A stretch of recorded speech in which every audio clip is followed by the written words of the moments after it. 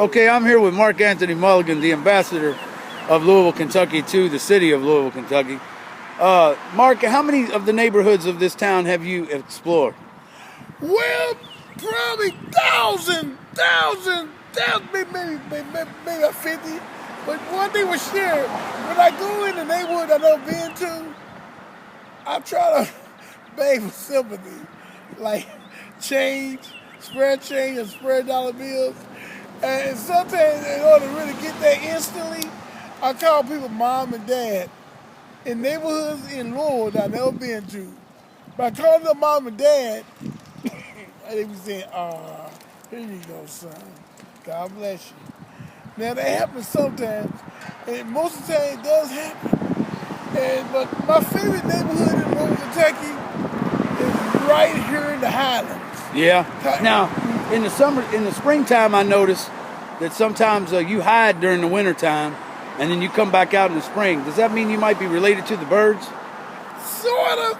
See, birds fly south in the winter. Me, I head back to the shelters in the wintertime. Especially during October when it's about to get cool and chilly. And then when November drops, it's going to get even chillier. And we know what December is, winter. So you'll see me in the shelters downtown, especially at 10th and Mark and the Healing Place. But when it's warm like this in April, called spring, then quite naturally I'm back somewhere in the Highlands, begging, panhandling at the Vagabond. And what's the Vagabond? A homeless man. That's right. So, hey, what's the hardest part of living out of a shelter? Hold on. Yep. God bless you. Oh, thank you, sir. Thank you. Hallelujah. I love you, Grandpa. Thank you. I'm fine, sir. I love you. Brother, I've known this guy 20 years. What's the hardest of living in a shelter? Well, see, Mark, let's talk about that. Okay. That little guy just came up here and he said, I ought to be ashamed of myself. Oh, see. You know why? He doesn't know that you are free. Well, yeah, he doesn't know. We've known each other how long? Oh, years, dozens of years, man. Do you remember when we went to Rough River and we looked at all those logos in the country? Well, the East Kentucky, South Kentucky? Yeah. Southern Kentucky. Remember we went to Litchfield? I know we went traveling. We went on G. Snyder Freeway. We went, Do you remember all the old Ashland signs and the Gulf? Yeah! Tell me, what does Ashland stand for? To me, I made this up. To me, Ashland letters stand for ask him love and never doubt. That's right. You know why? I forgot some other words. That's right. And then Gulf? And to me, the Gulf, it stands for God's unique love forever. I thought it was God's unifying love forever. Yep, that too. Okay. That too. All right. And to me, Chevron letters stand for charity ever on. In other words, continue to give. And you used to say one of them looked like a sandwich. Oh, Ashland. Yeah. The original Ashland logo, to me, looked like a sub sandwich. That's right. But you know, after they changed their red and white and blue logo, they became bankrupt because taxes that the government was eating on them. And after they merged with Marathon eventually brought Ashland out. Well, let me ask you, Mark. You've been in this town for a long time. 49 years. That's right. One Lord in West That's right. Let me ask you, a lot of people say that this country, that we're losing what America is. What do you think America is? Well, and do you feel welcome here in this town? I'll put it this way. To me, politics is strange. Yeah. Real deep to understand. To me, America is the way of freedom. And the other way of freedom, sometimes you gotta sacrifice what you really enjoy the most to win freedom and equity, you know what I mean? I believe America is shaping up. And so is the city, Louisville, is shaping up. You know why I say that? Why you say that? Look at all the roads. Look at all the roads being built and houses being worked on. Yeah, but what about the part of town you come from? Have they done anything down there? Oh, Southwick, it's no longer ghettos. They tore down the ghettos and made it into Park Duval villages. See, in other words, when ghettos are being destroyed, that means it's gonna be less and less crime. You think? I think. What about the buses? You know about the buses real good. Well, I'll tell you about local twerk here.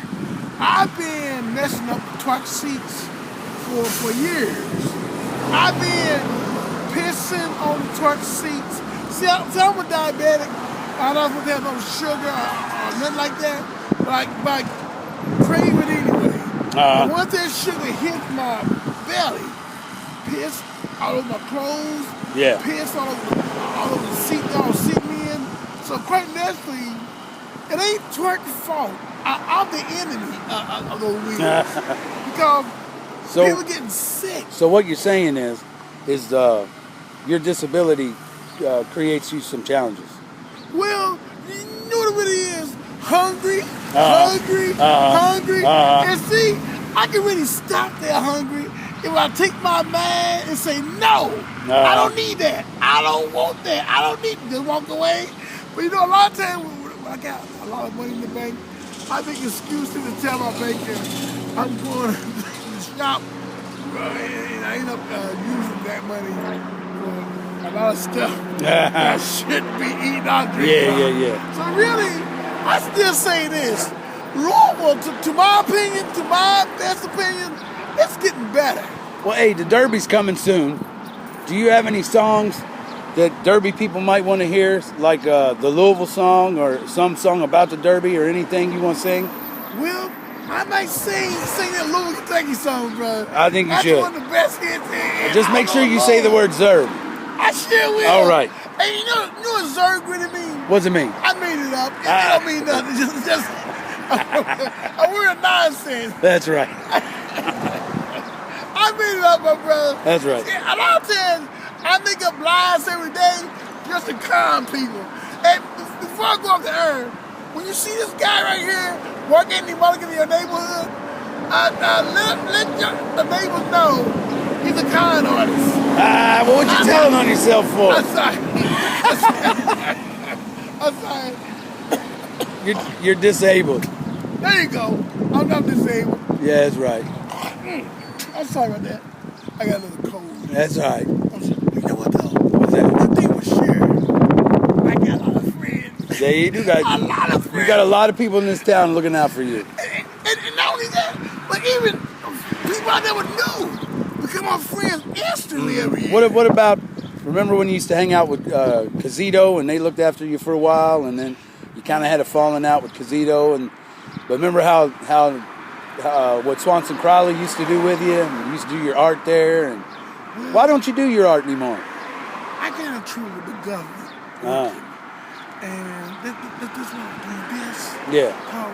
The more money I made, the more they cut down my check. I didn't end up paying almost money while I was working. And one thing of folks about government checks, it will leave you poor if you stay on it very long. What I'm trying to do, if I really don't want that check to stay with me anymore, see my father's dead. Yeah. That's why I'm drawing his money, because it's his retirement. But I believe since the government got rules and laws saying you can only save up $2,000 for a lifetime, what can you do with $2,000? Nothing. Just waste it. So I begin to think government income and poverty income. Do you think? Yeah, I think so, yeah. And you know what? If I really want to lose all this, I got to start painting again and making that money come real. In other words, I don't think I'm going to stay on government money forever. Look how nice it is now. And you know what I should be doing right now? Using a paintbrush and making money, making sales. That's right. But can you say one thing? Yeah, say which one. The reason why I asked God Almighty on my knees for government money, I was lazy. I didn't want to work. But now I've been on it for 30-something years since I was 20, and I'm going on 50 next month. I say this, I don't like government money. I'd rather be working, painting, drawing. Look at all the people all over the city and all over the world want me to keep painting and drawing. But because I was on government checks, it got me in trouble with the art gallery. And sooner or later, they had the clothing shop. It's a bike shop now. The bike shop used to be right there across the street. Now it's right there with Swanson. What it was. Well, let me ask you though, if you was able to live somewhere, but if you were able to live somewhere in a home where there were a bunch of people that were having the same kinds of challenges that you might be having, but you were able to have somebody help you out and then get back up on your feet, get yourself into a routine, and get yourself doing your art, do you think that would work? Well, I'll put it this way. If we all pull together as a team, it will work. It was his will. Yeah, but is that kind of thing offered to you? Can you do that? Well, you know what? I had offered many times. You know what stood in my way? Me and the government and the check I was getting from the government. Yeah, but didn't you used to work with 7 counties? I still do. Yeah. But there's only one problem. They don't want me to work. More people all over the world want me to work. What about when you were at Boys Haven? That was years ago. They knew I had talent too. Yeah. They knew I had talent. They just looked at me. But you know, when I was going to Seneca High School and I was at Boys Haven, you know what I did? Kept on drawing while the teacher was teaching. I did it in all the schools I went to. But my man was on commercials. But you were also a victim of child abuse, weren't you? Well, Didn't you have some kind of problem with your father, or somebody beat you up when you was a kid or something like that? I'm going to tell you about child abuse. There is a such thing as parents murdering their kids, even abortion, you know what I mean? But the reason why our father and our mom had to spank us with switches from a tree, because we hated our mom and dad. See, they didn't want to bring us here on earth. But when we offensive to who God brought on earth to let us be born to see life, then of course God's going to use switches for mother and father. Yeah, but I'm talking about when you went to Boys Haven. Why'd you go to Boys Haven? I was this problem child in the whole entire family. See, all of us, my mom and dad had about 7 kids, 2 sons and 5 daughters. We were rebellious toward them. But me, I was the most problem child in the whole family. Stealing from everybody, being evil toward them. No wonder they said something wrong up here. When I was born in 1963, Southwick, which is now called Port Duval Villages, 2 homosexuals ganged me, hit me across the head with baseball bats. Now, everybody in my family had got different opinions what made me mentally ill. But I believe everybody in our family gave me a chance to understand, to the best of their knowledge, what really happened, what caused me to be mentally ill. I don't think I was really born mentally ill. I believe I was beat up and abused by neighbors in Southwick.